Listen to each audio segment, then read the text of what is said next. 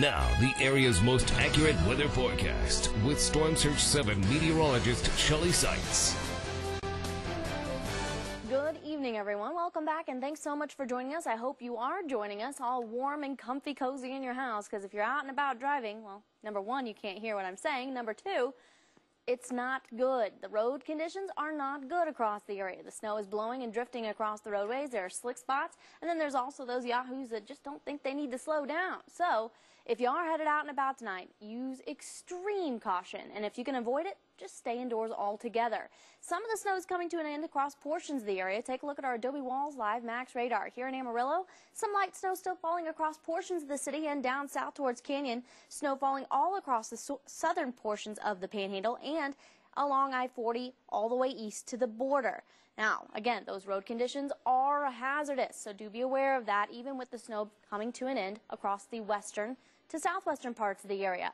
Now, it's not coming to an end altogether, but additional significant accumulating snowfall not expected across the southwestern parts of the area, including eastern New Mexico to, let's say, Palmer County, the Friona area. Yes, a little more snow, but a lot of accumulating snowfall, probably not so much. And as it continues to move off to the east and the snow tapers off, well, the conditions are going to get cold, and some of the snow that has melted on the roadways due to the TxDOT crews salting and sanding the roads going to refreeze. So that's creating additional slick spots on the roadway. So a lot to be on the lookout for. But as far as snowfall totals go across the area, we've seen anywhere from 1 to 5 inches. Dawn saw 5 inches of snow. Hereford around 2 to 3 in Canyon, around 2.5 to 3 inches also here in Amarillo. And the reports are still coming in, so we'll update that tonight on Pro News 7 at 10.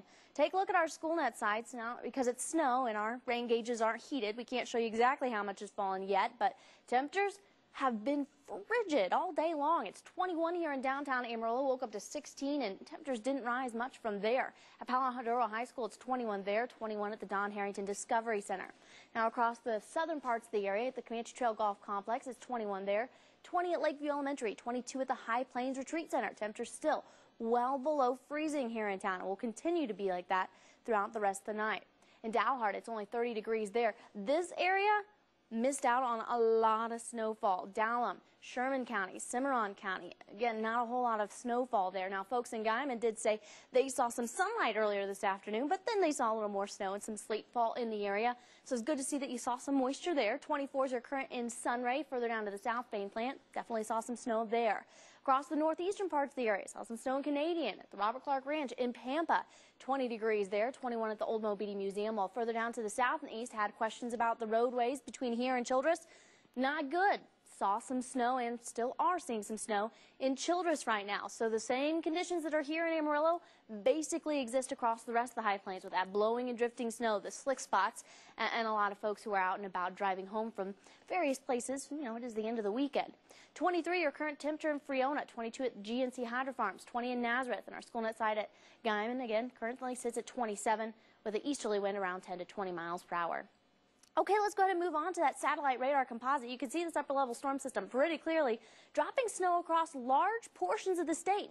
This is actually really, really great. I know it causes travel hazards, but as far as the drought goes, we're doing pretty well. We now are above average as far as moisture goes for the month, just for the month, but hey, you know, any little lead that we can get there, we'll take it. 20 in Amarillo, 29 in Midland, Odessa, 42 Dallas-Fort Worth, starting to see some rainfall there. If you are traveling up from that area, that's going to transition to snow, but that snow tapering off from west to east tonight. We'll wake up to some cloud cover, maybe some light flurries across the eastern parts of the Texas Panhandle, a cold overnight low of 19, and then sunlight. The sun is expected to shine, especially towards the latter parts of the day tomorrow.